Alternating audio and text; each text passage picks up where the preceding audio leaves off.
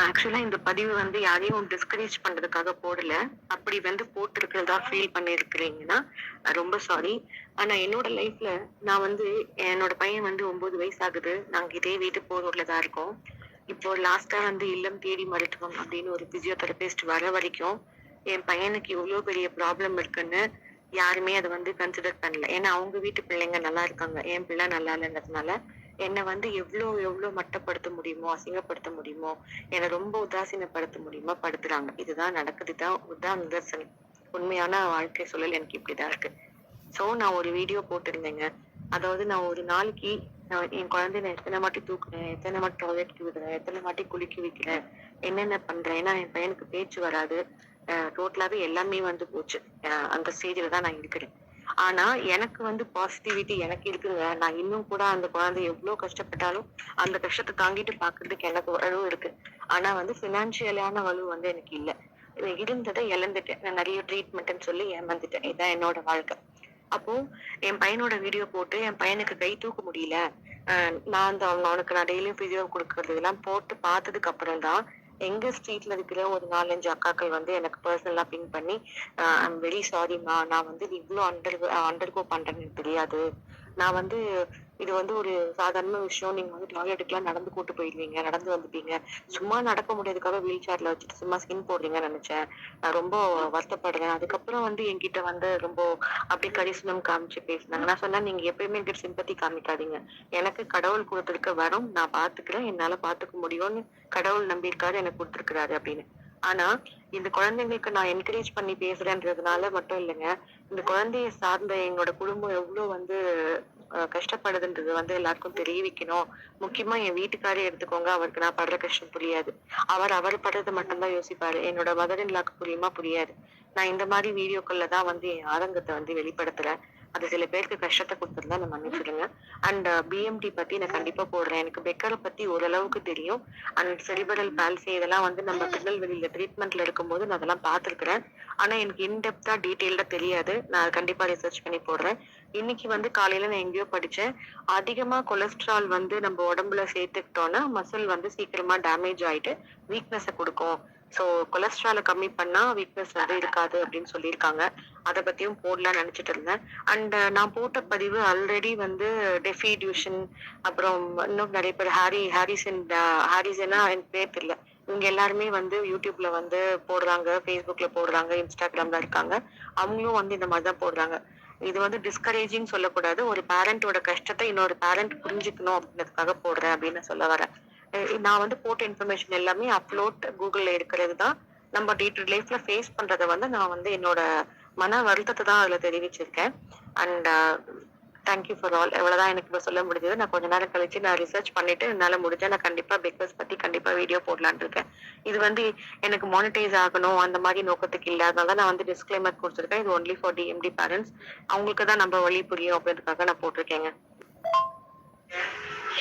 Madam, இப்போ பதிவு பண்ணியிருந்தீங்க. உண்மையிலேயே அது எப்படி சொல்றது, கண்டிப்பா 100% நான் அதை வரவேற்கிறேன். ஏன்னாக்கா இப்போ என்னோட பையனும் பார்த்தீங்கன்னா கிட்டத்தட்ட சுத்தமாக அவருக்கு நட கிடையாது. 14 வயசு ஆகுது. அதோட ஒரு ஸ்டெப் பை ஸ்டெப்பாக அதோட வலி வேதனை அதில் எவ்வளோ ஒரு விஷயங்கள் இருக்குன்றது எனக்கு நல்லா தெரியும். ஆனால் ஃபுல் அண்ட் ஃபுல் நான் தான் சப்போர்ட் பண்ணுறேன். நான் ஒரு நாள் நைட்டு எங்கள் வீட்டில் ஆள் இல்லைனாலும் மறுநாள் என்னோட பையனுக்கு அவ்வளோ ஒரு பெரிய கஷ்டம். அப்பா இருந்தால் மட்டும்தான் என்னை தூக்கி விட முடியும். அது நானும் எவ்வளோ பேர்கிட்ட நீங்கள் சொன்னபடி இந்த வெளி சர்க்கிள் எல்லாரையும் பார்த்துட்டேன். எல்லாருமே சும்மா அந்த டைம் பேசுறதோட சரி. ஆனால் பார்ட்னர்ஷிப் வந்து அந்த நம்ம ஃபேமிலியில் நம்ம யாராவது ஒருத்தவங்க மட்டும் அவங்க கிட்ட மட்டும்தான் அந்த பாண்டிங்கோ, அந்த அவங்களுக்கு ஒரு மன திருப்தி. நீங்கள் லாஸ்ட்டாக சொன்ன மாதிரி கடவுள் கொடுத்தது உண்மையிலே கிஃப்ட் தான். ஏன்னா நம்மள மாதிரி ஆளுங்களால் மட்டும்தான் அவங்களை ட்ரீட் பண்ண முடியுன்றதுனால தான் கடவுள் நம்மளை கொடுத்துருக்காரு. ஆக்சுவலி இந்த குரூப்பில் நான் மெசேஜ் போட்டு ரொம்ப நாள் ஆரம்பத்தில் போட்டிருந்தேன். அது நம்ம ஒரு சில விஷயம் சொல்றது வந்து மற்றவங்களுக்கு ரொம்ப ஒரு மாதிரியா இருந்ததுனால இந்த பக்கமே வரதில்லை. ரொம்ப நாள் கழிச்சு இன்னைக்கு இந்த மெசேஜ் இந்த பதிவை கேட்கும்போது உண்மையிலேயே ரொம்ப சந்தோஷமா இருக்கு. பெஸ்ட் தான் மேடம். ஒன்றும் அதை பற்றி பிரச்சனையே இல்லை. அது அவங்களுக்கு மட்டும்தான் மேடம் தெரியும். வெளியில வந்து பார்க்குறவங்களுக்கு யாருக்கும் அதை பற்றி தெரியாது. இருக்கிறதுலே ரொம்ப சிவியரான ஒரு பேஷண்ட் வந்து பார்த்தீங்கன்னா எம்யூடி. அவங்கள வச்சு காப்பாற்றணுன்றது ரொம்ப ஒரு சவாலான விஷயம். Good luck madam. நானும் ரொம்ப நாள் குரூப்ல வராம தாங்கன்னு இருந்தேன். யாருக்கும் பேசுறது இல்லை. நான் கொஞ்சம் நிறுத்திட்டேன். ஆனா அப்படியே இருந்துட முடியாதுல்ல அப்படின்றதுனால நான் திருப்பியும் பேச ஆரம்பிச்சேன். சரி நான் நிறைய இடத்துல பேசினாலே பிரச்சனை அப்படின்றதாலே நான் நிறைய இடத்துல பேசாம அப்படி விட்டுடுவேன். அந்த டாபிக்கே விட்டுருவேன். பட் இப்போ வந்து இது என்னோட சேனல். நான் என்ன வேணா போடலாம், என் விருப்பம் அப்படின்ற மாதிரி போட ஆரம்பிச்சேன்.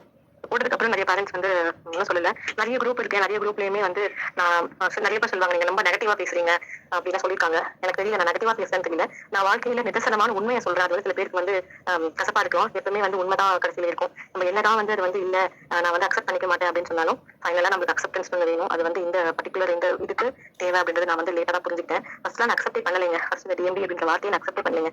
அக்செப்ட் பண்ணாம தான் நிறைய நான் வந்து நம்பி ஏமாந்துட்டேன் அப்படின்னு சொல்லணும். இப்ப வந்து நம்ப கூடாது, இதுதான் உண்மை, இதுக்கேற்ற மாதிரி நம்ம வாழ்க்கையை மாற்றி அமைச்சுக்கணும்னு சொல்லிட்டு நான் ஒரு இதுல போயிட்டு இருக்கேன். அவ்வளவுதான். நிறைய ரிசர்ச் பண்ணி இதுக்காகவே டைம் எல்லாம் ஸ்பெண்ட் பண்ணி நிறைய படிப்பேன், நிறைய குரூப்ஸ்ல போய் ஜாயின் பண்ணுவேன். இப்போ நான் வந்து கொஞ்சம் அந்த ஓட்டத்தை நிறுத்திட்டேன். ஏன்னா இதுக்கு மேல எனக்கு அதுல முயற்சி எடுக்கிறதுல பயன் இல்லை அப்படின்னு ஆயிடுச்சு. இனிமே நான் தான் என்ன பாத்துக்கணும் அப்படின்ற இதுக்கு வந்துட்டேன். அதனால வந்து அதுக்கேற்ற முயற்சி நான் பண்ணிட்டு இருக்கேன். நான் எல்லா டாக்டர்ஸ் கிட்டயும் ஆக்டிவா வந்து எல்லாரோடையுமே பேசுவேன், எல்லாருக்கூடயுமே கலந்துப்பேன். ஆனா வந்து எண்ட் ஆஃப் த டே இதுதான் நம்மளோட இதுன்னு தெரிஞ்சதுக்கு அப்புறம் என்ன பண்றதுன்னு சொல்லிட்டு இனி என்ன பண்றது, வாழ்க்கை இன்னும் ஓடணும்ல, ஓடாம நிக்காதுல, அந்த ஓடுறதுக்கு என்ன பண்ணணுன்றதுக்காக தான் நான் வந்து இது போட ஆரம்பிச்சேன். பிளஸ் வந்து எங்க வீட்டுல இருக்கிறவங்களே, என் சுற்றும் சூழலே வந்து உறவினர்களோ நம்ம சார்ந்த வந்து அந்த உறவுகளோ நம்மள வந்து உதாசீனப்படுத்தும் போது வேதனையா இருக்கும். அந்த வேதனையை நான் எங்க போய் பகிர்றது, யார்கிட்ட போய் பகிர்றதுன்னும் போது நானே எனக்கு செல்ஃபா புலம்பலா ஆரம்பிச்சிருந்தாங்க இந்த சேனல். இப்போ நான் வந்து 2007 இருந்து வச்சிருக்கேன். ஆனா அது நான் இது மாதிரி கொண்டு போகணும்னு நினைச்சது இல்ல. சோ நான் என்ன பண்ணேன்னா, இப்போ கரண்டா என்னோட சுச்சுவேஷன் அவனோட சின்ன சின்ன மெமரிஸ் எல்லாம் கூட நான் வந்து எடுத்து அது ஒரு வீடியோவா போட ஆரம்பிச்சேன். நான் அவனை வந்து அதாவது ட்ரீட்மெண்ட் தேடி ஓடனா இப்போ வந்து அவனை தூக்கிட்டு ஒரு இயற்கையான சூழல் இருக்கும், இப்போ நிறைய இடத்துக்கு வந்து தூக்கிட்டு போய் நாங்க வந்து காமிக்க ஆரம்பிச்சோம். அதை வந்து ரெக்கார்ட் பண்ணி ஒரு சின்ன விழாவை போட ஆரம்பிச்சேன். அப்படிதான் என்னோட ஸ்டோரி ஆரம்பிச்சது. அதே மாதிரி ஃபினான்ஷியலி ஸ்ட்ராங்கா இருக்கவங்களுக்கு எல்லாத்துக்குமே நம்ம பேசுறது டிஸ்கரேஜிங்காவே தான் இருக்கும். ஏன்னா அவங்களுக்கு அந்த ஃபினான்ஷியல் ப்ராப்ளம்ஸ் தெரியாது. ஃபினான்ஷியலும் ஃபேஸ் பண்ணி நோயும் ஃபேஸ் பண்றவங்களுக்கு அது கண்டிப்பா வந்து அவங்களோட கஷ்டத்தை வந்து நானும் அதை வந்து பதிவு பண்ணிருக்கேன்னு நினைப்பாங்க. அது மாதிரி எல்லாரோட எண்ணமும் கோட்பாடுகளும் நிறைய மாற்றம் இருக்கும். எனக்கு தெரிஞ்ச இந்த குரூப்ல எல்லாருக்கிட்டையுமே நான் பேசியிருக்கேன். ஆனா இப்ப எல்லாருமே டச் கிடையாது. ரீசெண்டா சத்யலட்சுமி அக்கா கிட்டயும், அவங்க வெண்ணிலா சிஸ்டர் கிட்ட பேசுவேன், ஸ்னோ கிட்ட பேசுவேன், தினேஷ் கிட்ட பேசுவேன். மத்த எல்லாரு கூடயுமே டச்சே போயிடுச்சு. ஏன்னா எனக்கும் வாழ்க்கை வந்து எழுத்து போன மாதிரி ஆயிடுச்சு. பட் அப்படிலாம் இருக்கக்கூடாது, இருக்கிறத வந்து இன்னும் கொண்டு போகணுன்றதுக்காக தான் நான் வந்து ஆரம்பிச்சேன். சப்போர்ட் பண்ணணும் இல்ல, சப்போர்ட் பண்ணாலும் பண்ணலனாலும் என்னோட நான் பண்ணிட்டு தான் இருப்பேன். இவங்க சொன்னாங்க அவங்க சொன்னாங்க நிறுத்த போறது இல்ல, சொன்ன வார்த்தையை வாங்கிக்க போறது இல்லை, இதான் உண்மை. அவ்வளவுதான். இந்த வீட்டுல நான் எல்லா பேரண்ட்ஸ் கிட்டயும் பார்த்த ஒரே ஒரு விஷயம், என் குழந்தை கடவுள் கொடுத்த வரும், அதை நான் பாத்துக்கிறேன் அப்படின்னு சொல்றதாங்க. நீங்க சொன்னது எல்லாமே ஓகே சிஸ்டர். அதுதான் பேசிக்காவே பாத்தீங்கன்னா, நீங்க சொன்னபடி மத்தவங்க யார் நம்மள ஸ்ட்ரகிள் பண்றாங்களோ இல்லையோ, நீங்க சொன்னபடி நம்ம ஃபேமிலி சர்க்கிள்ல உள்ள அவங்களே நம்ம பாதி ஹேட் பண்ணிடுவாங்க.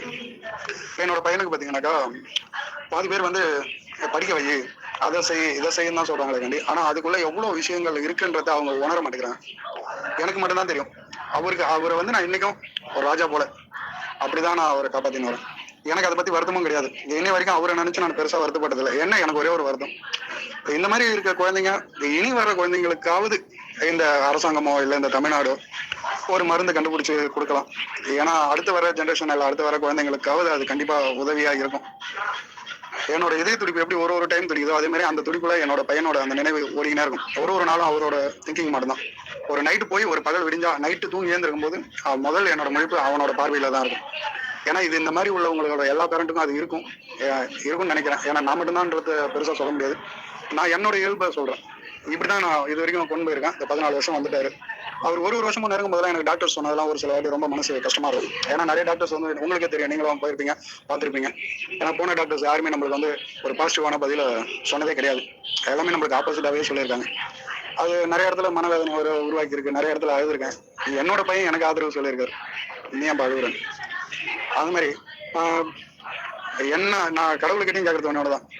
நான் இருக்கிற வரைக்கும் அவருக்கு முடிஞ்ச வரைக்கும் என்னால என்னென்னலாம் பண்ண முடியுமோ அவர் விருப்பப்படி பண்ணி கொடுக்கணும். அவர் ஆசைப்பட்டதை வாங்கி கொடுத்தணும்.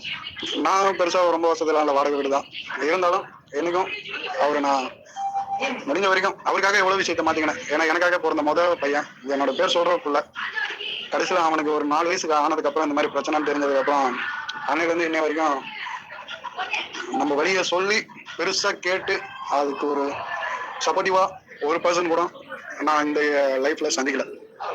எல்லாமே ஜஸ்ட் அப்படி கேட்பாங்க, அப்படி போயிடுவாங்க, அவ்வளவுதான். அதோட இந்த இதை விட்டுருவாங்க. நான் அதனால பெருசா அதை யார்கிட்டையும் காம்ப்ளிமெண்ட் பண்ணிக்கிறது கிடையாது. நம்மளோட ட்ராக் இதுதான்றதை மூவ் பண்ணி போயின்னு இருக்கேன். நான் அதிகமா பேசுறதுன்னு பாத்தீங்கன்னா சரவணன் கிட்ட பேசியிருப்பேன். ஏன் அழுதே இருக்கேன். அந்த மாதிரி எப்பயாவது ரொம்ப மனசு இதாக இருந்ததுன்னா சரவணன் கிட்ட தான் சொல்லுவேன், சரவணன் கிட்ட தான் பேசுவேன். அதுதான். இது ஒண்ணும் இல்லை மேடம். நீங்க உங்களோட இதை நீங்க கண்டிப்பா அப்படியே கொண்டு போங்க. எல்லாமே நன்மைக்கு, கண்டிப்பா எல்லாமே நல்லதே நடக்கும்.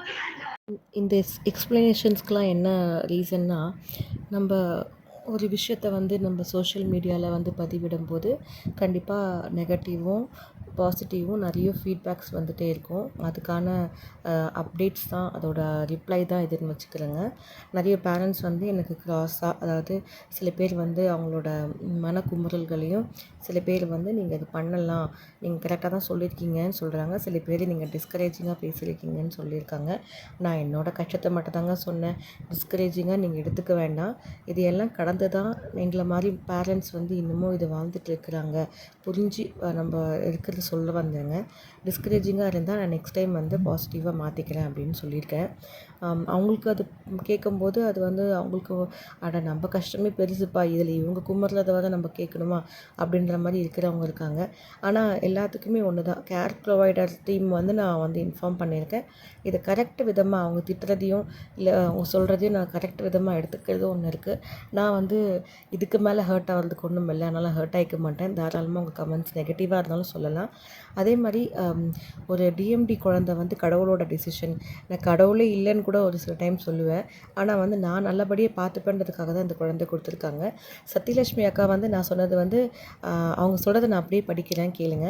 மிக மிக சரியான பதிவு வித்யா, தொடர்ந்து முயற்சியுங்கள். அதே நேரம் தசைனா சிதைவு மற்றும் மற்ற வகை பற்றியும், அதனால் அவர்கள் சார்ந்த உறவுகள் படும் வேதனைகள், மன பாதிப்புகள், உதாசீனங்கள் மேலும் பலவற்றை பற்றிய பதிவையும் போடுங்கள் அப்படின்னு சொல்லியிருக்கிறாங்க. நான் கண்டிப்பாக போடுறேங்க. அது இல்லாமல் அவங்க சொன்ன இன்னொரு விஷயமும் ரொம்ப பாராட்டுக்குரியது. நம்ம எல்லாருமே ஒரே மாதிரி உருவம் கிடையாது, ஒரே மாதிரி சூழ்நிலையில் இல்லை, வசதி வாய்ப்பும் இல்லை. ஆனால் நாம் படுற வேதனையால் ஒரே மாதிரி இருக்கிறோம், அவ்வளவுதான். எல்லாம் இருந்தும் வாழ்வை கஷ்டப்படுவதாக சொல்கிறாங்க. ஆனால் நாம் வாழ்வதாங்க உண்மையான அன்பு நிறைந்த வாழ்வு, சவால்கள் நிறைந்த வாழ்க்கை. நமக்கு இயக்கம் இறைவனே இதற்கு காட்சி சாட்சி அப்படின்னு வந்து சொல்லியிருக்காங்க. அவங்க சொல்கிற விஷயம், அவங்களோட தமிழ் வந்து ரொம்ப ஆதிக்கமாக இருக்கும். அவங்க டைப் பண்ணி அனுப்பியிருக்காங்க, அதை நான் அப்படியே இங்கே வாசித்து காமிச்சிருக்கேன். நான் வந்து ரொம்ப ஃப்ளூவெண்ட்டாக தமிழ் பேச மாட்டேன், அதனால் வந்து அங்கே கொடுத்துருக்கிறது வந்து நான் அப்படியே வாசிக்கும் போது கொஞ்சம் பிழைகள் இருக்குது, அதை மன்னிச்சிக்கோங்க. உங்கள் கமெண்ட்ஸ் என்னவாக இருந்தாலும், உங்கள் ஃபீட்பேக் என்னவாக இருந்தாலும், நெகட்டிவாக இருந்தாலும் பாசிட்டிவாக இருந்தாலும் ப்ளீஸ் சொல்லுங்கள். நான் முடிஞ்ச வரை என்கரேஜிங்காக போடுறேன். நம்மளுக்கு ஆதரவு நம்ம தானே. ஆனஸ்ட்டாக கமெண்ட்ஸ் தந்த எல்லாருக்கும் ரொம்ப நன்றிங்க. இப்போ வந்து டிஎம்டி பற்றி வந்து இன்னும் சில மேலும் எப்படி சொல்கிறது இன்ஃபர்மேஷன்ஸ் வந்து நான் கொடுக்கலான்ட்டு இருக்கிறேன். அதாவது ரீசெண்டாக நான் நிறைய குரூப்ஸில் இருக்கிறேங்க. அந்த குரூப்ஸில் வந்து பேசுகிற முதல் டாபிக் வந்து, உங்கள் குழந்தைங்களுக்கு நீங்கள் ஸ்டீராய்ட் கொடுக்குறீங்களா, அது கொடுக்கறதுனால அவங்களுக்கு மெடிக்கலாக அந்த மெடிக்கேஷன்ஸ்னால அவங்களுக்கு ஃபேட்டிக் வருதா, டயர்ட்னஸ் ஆகுதா, தலைவலி வருதா, ட்ரௌசினஸாக இருக்கா, இல்லை அவங்க பெட்டை விட்டு எழுந்துக்காமல் இருக்காங்களான்னு கேட்டு நிறைய கேள்விகள் வந்துகிட்டே இருக்குது. நிறைய குழந்தைங்களுக்கு ஃபேட்டிக் டயர்ட்னஸ் இருக்க தான் செய்யும். ஆனால் ட்ரௌசினஸ் இருக்கிற மாதிரி எனக்கு தெரியல. ஹெட்டேக்கும் நான் பார்த்தது கிடையாது, இது வரைக்கும் யாரும் ரிப்போர்ட் பண்ணவே இல்லை. ஆனால் இவங்க எல்லாமே ஸ்டீராய்ட்ஸில் இருக்கிறாங்க. ஸோ வீக்னஸ் இருக்கும், ட்ரௌசினஸ் வந்து இருக்குமா அப்படின்னு எனக்கு தெரியல. இதெல்லாம் வந்தால் நம்ம என்ன பண்ணுறது அப்படின்னு பார்த்திங்கன்னா, நம்மளுக்கு ஒரு நாளைக்கு நம்ம ஸ்டெராய்ட்ஸ் எடுத்துக்கிறோன்னா, நம்ம நார்மலாக குடிக்கிறத விட அதிகமாகவே வந்து ஃப்ளூயிட் வந்து அவங்களுக்கு கொடுக்கணும். இதை கேட்குறது வந்து டிஎம்டி பேஷண்ட்ஸாகவே இருந்தாலுமே நீங்கள் நிறைய தண்ணி குடிக்கணும். அம்மா அப்பா சொல்கிற வரைக்கும் வெயிட் பண்ணிகிட்ருக்க வேண்டாம். அதே மாதிரி எப்போ நமக்கு டாக்டர் விசிட் இருக்குது, எப்போ நம்ம போகணும் அப்படின்றதையும் வந்து நம்மளே வந்து முன்கூட்டியே ரெடி பண்ணி வச்சுக்கணும்.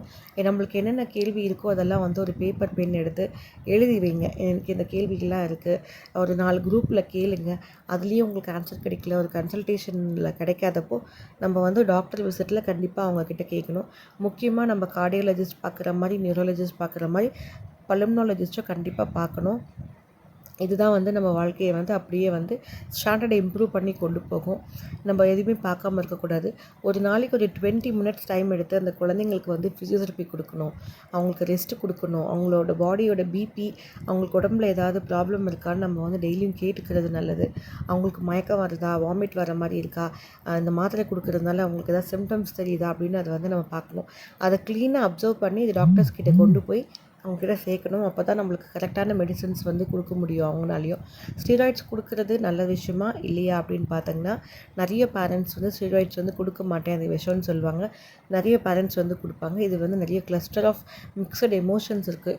அவங்க குழந்தைகளுக்கு நான் விஷம் கொடுக்கலாமா கொடுக்கக்கூடாதா அப்படின்னு சொல்லுவாங்க. நான் ஸ்டீராய்ட்ஸ் விஷம்லாம் சொல்ல மாட்டேன். ஸ்டீராய்ட்ஸ் வந்து சில பேருக்கு ஒத்துக்கும், சில பேருக்கு ஒத்துக்காது. ஒத்துக்காதவங்க கொடுக்காம இருப்பாங்க, ஒத்துக்கிறவங்க கொடுப்பாங்க. ஒரு ஸ்டீராய்ட் மாத்திரை வந்து 10 நாள் கொடுத்துட்டு நிறுத்துகிறவங்களும் இருக்காங்க, கண்டினியூஸாக கொடுக்குறவங்களும் இருக்காங்க, இன்டர்மிட்டண்ட்டாக பண்ணுறவங்க. அதான் நான் சொன்ன மாதிரி 10 நாள் கொடுத்து நிறுத்துறது, வார கடைசியில் மட்டும் கொடுக்குறது, இல்லை வாரத்தில் மட்டும் கொடுக்குறது, நிறைய இதில் வந்து முரண்பாடுகள் இருக்குது. அது டாக்டர்ஸோட அட்வைஸ் படி மாறுபடும். டாக்டர்ஸ் வந்து ஒரு வாரம் கொடுக்குறவங்களும், பிரேக் கொடுத்து வீக்கெண்ட்ஸில் கொடுக்குறவங்களும் இருக்காங்க. 15 டேஸ் ஸ்டீராய்ட்ஸ் கொடுத்து நெக்ஸ்ட் 15 டேஸ் கொடுக்காத இருக்கவங்களும் இருக்காங்க. இதெல்லாம் எப்படி ஒர்க் ஆகும்னு எனக்கு தெரியாது. ஆனால் இதெல்லாம் ப்ரிஸ்கிரிப்ஷன், டாக்டர் ப்ரிஸ்கிரிப்ஷன் படி தான் கொடுக்குறாங்க. ஆனால் நான் கேள்விப்பட்ட வரைக்கும் இந்த மாதிரி வந்து அப்ராட்டில், அயல் நாடுகளில் இருக்கிற இந்தியன் மாம்ஸ் தான் வந்து இது அதிகமாக வந்து ஸ்டார்ட் பண்ணுறாங்க. வீக்கெண்ட் டோசிங் வந்து ஸ்டீராய்ட்ஸ் கொடுக்கறதுனால, இன்டர்மிட்டன்ட் டோசிங் இருக்கிறதுனால என்னென்ன பலன் இருக்குது, என்ன வந்து நெகட்டிவிட்டி இருக்குன்றதும் நம்மளுக்கு தெரியாது. அவங்க சொல்லும்போது நான் வந்து இன்ஃபர்மேஷன்ஸ் இருந்தால் ஷேர் பண்ணுறேன். ட்ரெயின்டு ப்ரொஃபஷனல்ஸ்னால் மட்டும்தான் நம்மளுக்கு இந்த மானிட்டர் பண்ணி இந்த மெடிசன்ஸ் கொடுக்க முடியும். டிஎம்டி அவேர்னஸ் வந்து பேரண்ட்ஸாக இருக்கிறவங்க கண்டிப்பாக வந்து இருக்கணும். ஸ்டீராய்ட் கேரை பற்றி அவங்களுக்கு அவேர்னஸ் இருக்கணும். ஸ்டீராய்டு வந்து ஒரு இம்பார்ட்டண்ட் பார்ட்டுங்க இந்த ட்ரீட்மெண்ட்டை நம்ம ப்ராசஸ் பண்ணும்போது. டிஎம்டி உள்ள குழந்தைங்களாக இருக்கட்டும், பிஎம்டியாக இருக்கட்டும், எந்த நோயாக இருக்கட்டும், தசைநார் சிதைவு நோய் அப்படின்னு அந்த சிதைவு இருக்கிற நோய்கள் இல்லை, எல்லா பேரண்ட்ஸுக்குமே அவேர்னஸ் ரொம்ப இம்பார்ட்டண்ட்டு. கண்டிப்பாக வந்து அப் டு டேட்டாக வச்சுக்கிறோம். நம்மளை நியூஸை பார்க்கணும். இல்லைன்னா வந்து ஏதாவது ஒரு பேரண்ட் குரூப்பில் ஜாயின் பண்ணி என்ன நடக்குதுன்றது தெரிஞ்சுக்கணும். மெடிசன் கண்டுபிடிச்சிட்ருக்காங்களா, என்ன பண்ணுறாங்க, ஸ்டீராய்ட் கொடுக்கறது நம்ம வாழ்க்கைக்கு எவ்வளோ இம்பார்ட்டன்ட்ன்றதை வந்து புரிஞ்சுக்கணும். கொடுக்காமல் இருக்கிறவங்கள பற்றி நான் குறை சொல்ல விரும்பலை. நானும் என் பையனுக்கு கொடுத்துட்டு செட் ஆகாமல் நிறுத்திட்டேன். ஆனால் வந்து அது எவ்வளோ இம்பார்ட்டன்ட்டுன்றதை நிறைய பேரண்ட்ஸ் சொல்லும்போது நம்மளுக்கு கொடுக்கலையேன்னு ஆதங்கமும் இருக்கும்.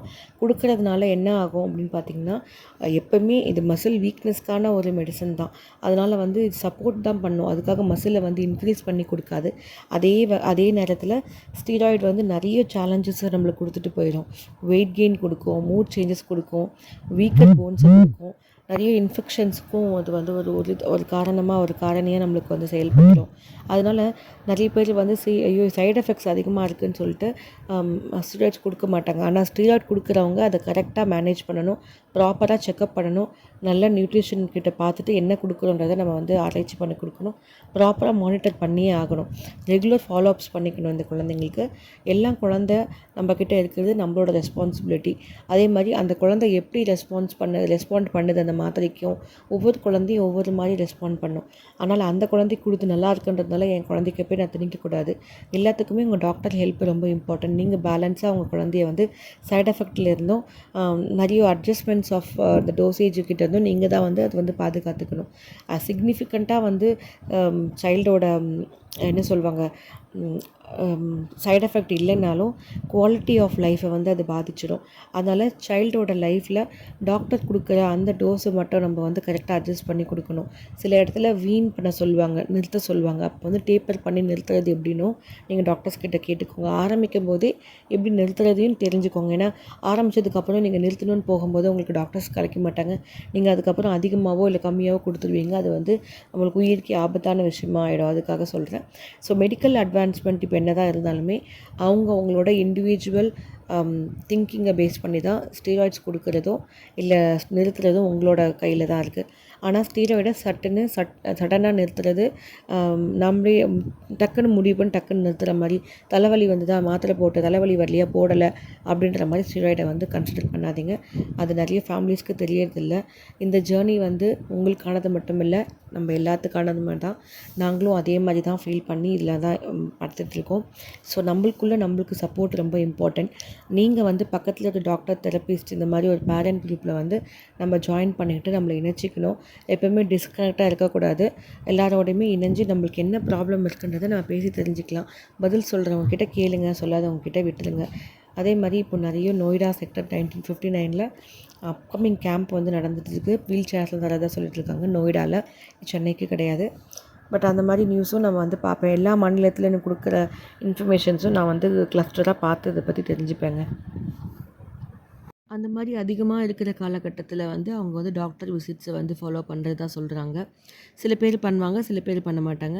நெறைய பேர் என்ன பண்ணுவாங்க, காலையிலேருந்து அவங்கள வந்து ஹோல் டே வந்து ரெஸ்ட் குடுத்து, நெறைய ஃப்ளூயிட் குடுத்து, மற்ற நாட்கள விட ஸ்டீராய்டு குடுக்குற நாட்கள வந்து அதிகமா பார்த்துக்கிறதா சொல்றாங்க.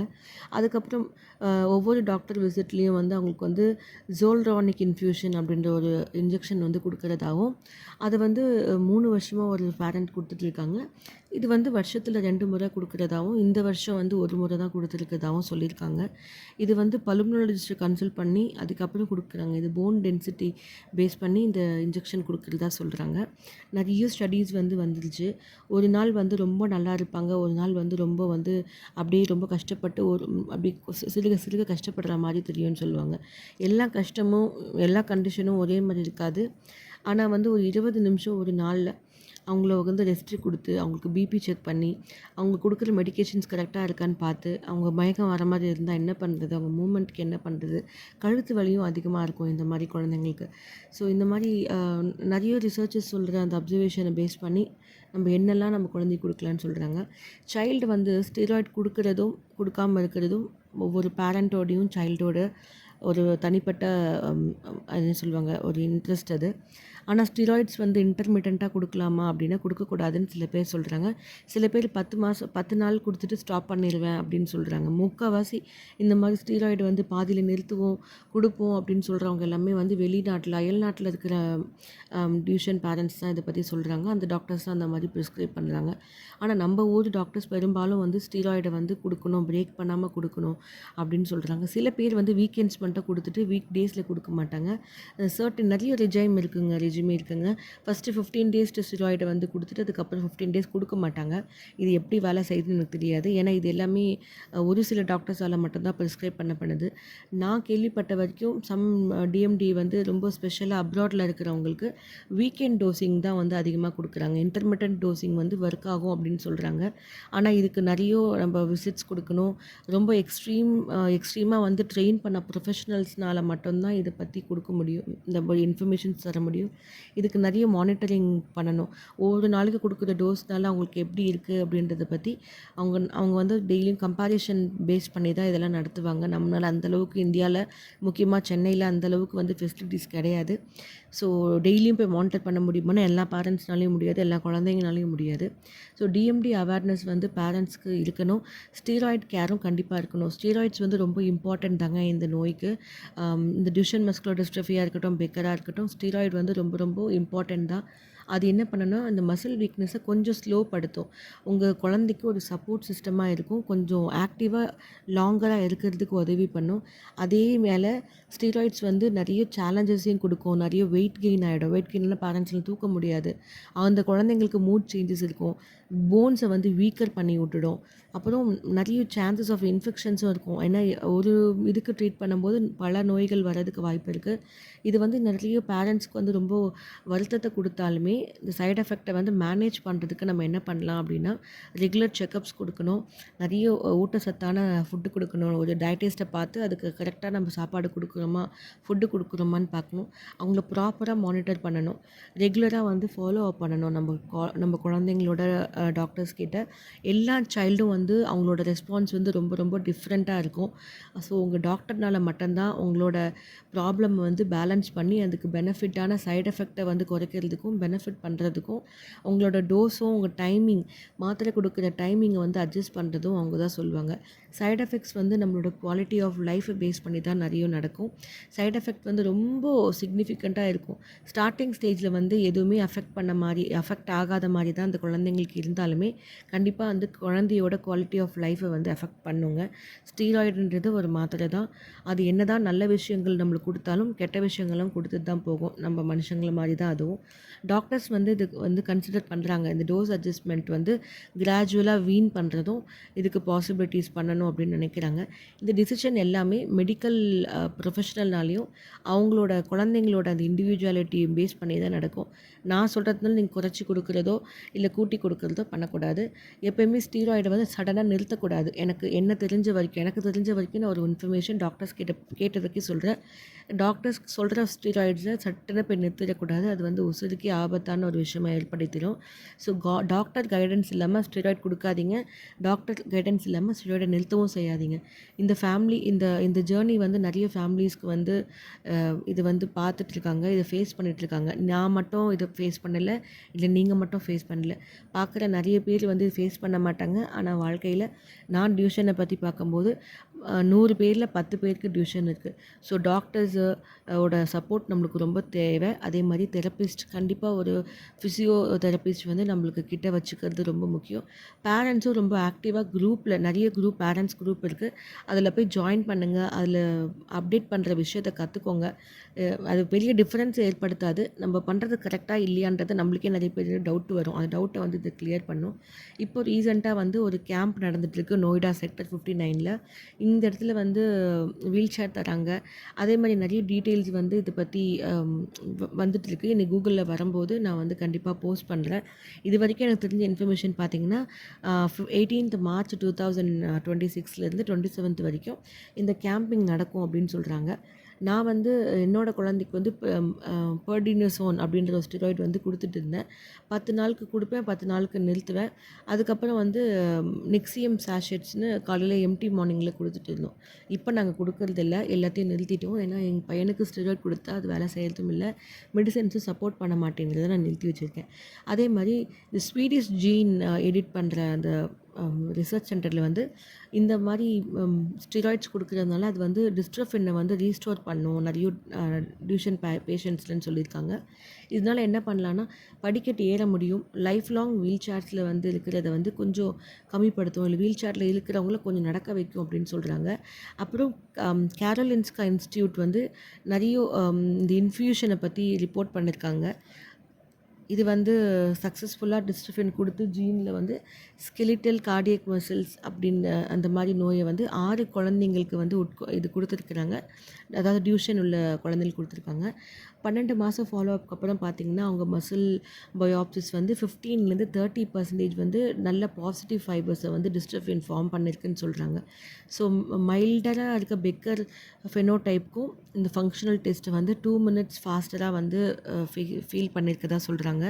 அதாவது 2 minutes ஃபாஸ்டர்னா அவங்களால 2 நிமிஷம் அதிகமாக நடக்க முடிஞ்சிருக்கு, அதாவது படிக்கட்டு ஏற முடிஞ்சிருக்குன்னு சொல்கிறாங்க.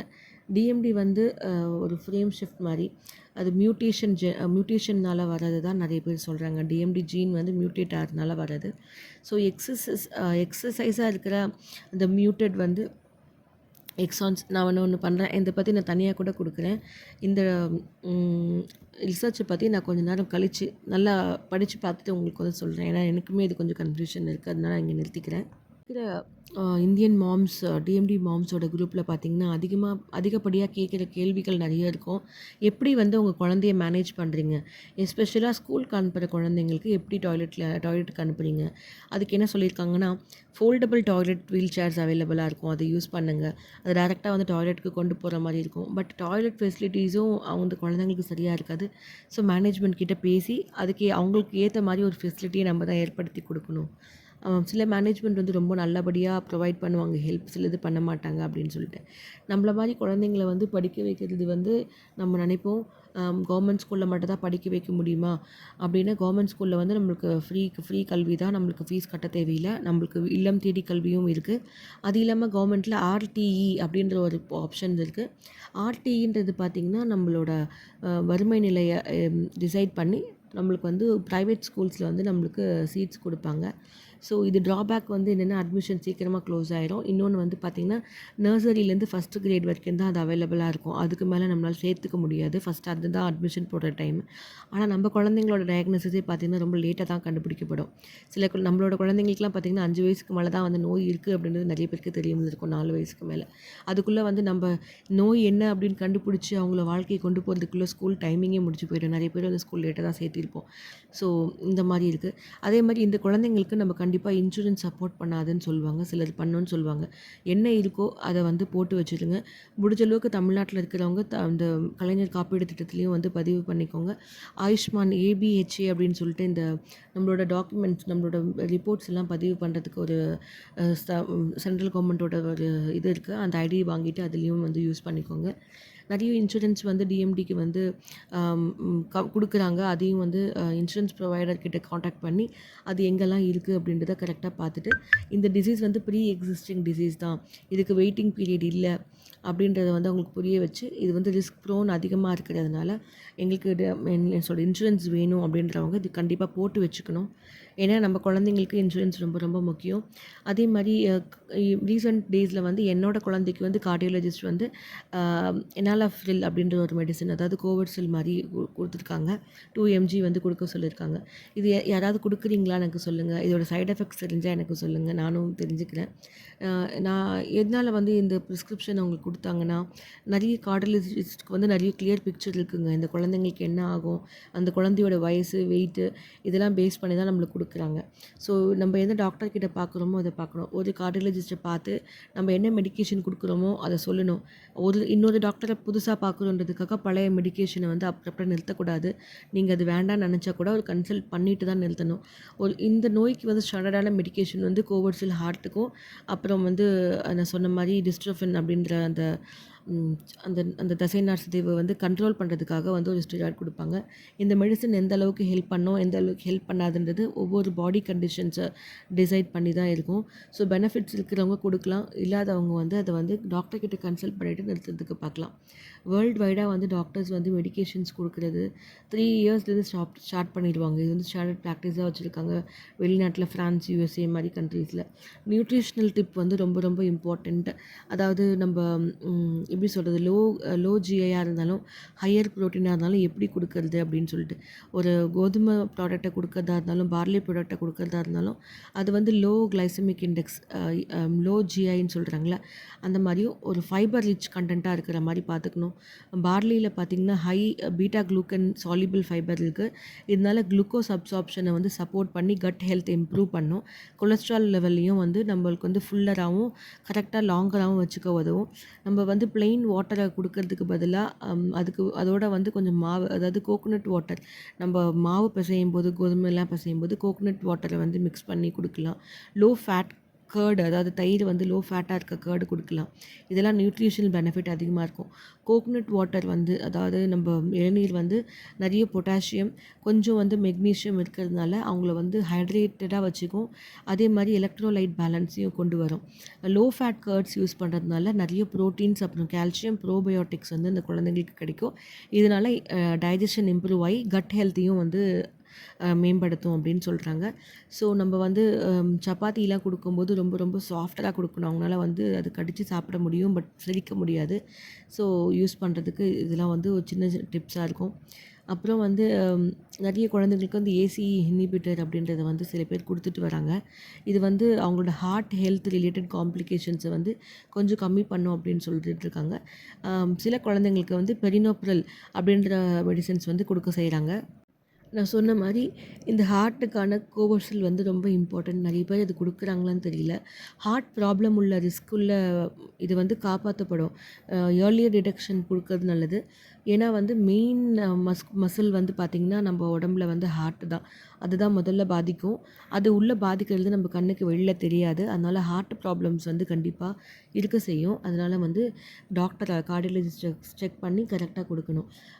சில பேருக்கு வந்து லோ ரிஃப்ராக்ஷன் ரேஷியோ இருக்கும், மெடிசன் கொடுத்தா தான் வேலை செய்யும், சில பேருக்கு கொடுக்காம இருந்தாலும் வேலை செய்யும். ஸோ அந்த மாதிரி நம்மளோட குழந்தைங்களுக்கு என்ன கேஸ் நம்மளுக்கு தெரியாது. சைட் எஃபெக்ட் இருக்க தான் தெரியும். ஃப்ரீக்வெண்ட் யூரினேஷன் இருக்கும், ஸ்லைட்டாக டிசீனஸாக இருக்கும், இதெல்லாம் பிகினிங்கில் இருக்கும், அதுக்கப்புறம் சரியாயிடும். அதே மாதிரி நம்மளோட கிட்னி ஃபங்க்ஷனும் எலக்ட்ரோலைட்ஸை வந்து கரெக்ட் லெவலில் வச்சுக்கணும். ஏன்னா படுத்துகிட்டே இருக்கிறதுனால நிறைய காம்ப்ளிகேஷன்ஸ் இருக்கும். யூரினே போக முடியாமல் கிட்னி வந்து கொஞ்சம் வேலை செய்கிறது வந்து மந்தப்படுத்தும். அதுக்கேற்ற மாதிரி மெடிசனை கொடுக்கணும். சட்டுன்னு மெடிசன் மாற்றுறதும் நிறுத்துறதும் பண்ணக்கூடாது. அதே தான் நான் திருப்பி சொல்லிட்டு வரேன். நான் இது கொடுக்குறேன் அது கொடுக்குறேன் நிறைய பேரண்ட்ஸ் சொன்னாலும் நம்மளுக்கு குழந்தைங்களுக்கு எது செட் ஆகுமோ அதான் நம்ம கொடுக்கணும். நான் வந்து எதுக்கு சொல்கிறேன்னா, இன்சூரன்ஸ் பண்ணுறது, இந்த மாதிரி டாக்டரை பார்க்குறதெல்லாம் வந்து ரொம்ப ரெகுலராக வச்சுக்கணும்.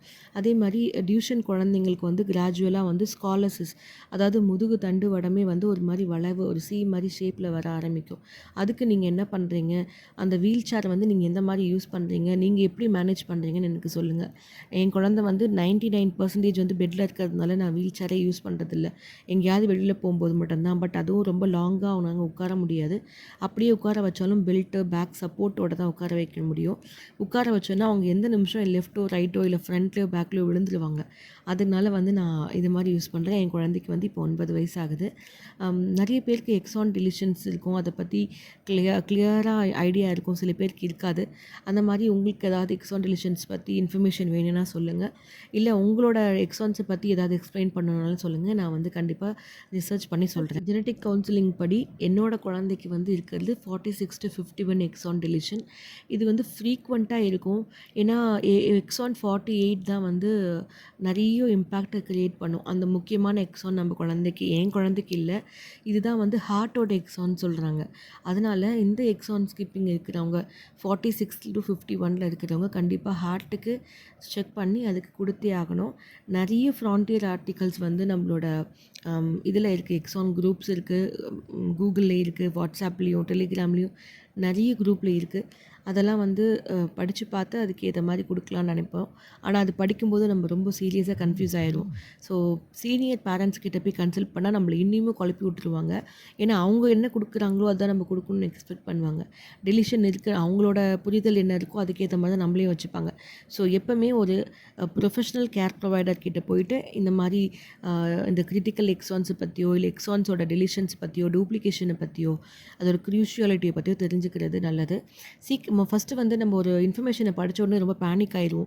நம்மளுக்கு மெடிசன்ஸே கண்டுபிடிக்க மாட்டாங்களா, கண்டுபிடிச்சிருவாங்களா, இது மாதிரி இப்போ விலை காஸ்ட்லியாக இருக்குமா, எல்லாம் இருக்கும். ஆனால் மெடிசன் கண்டுபிடிச்சிட்டாங்கன்னா கண்டிப்பாக எல்லாருக்கும் பயன்படுற மாதிரி அதை வந்து கொடுக்க தான் வந்து பார்ப்பாங்க. ஏன்னா எல்லாருக்குமே நோயோடு இருக்கிற வீரியத்தை பற்றி தெரியும்.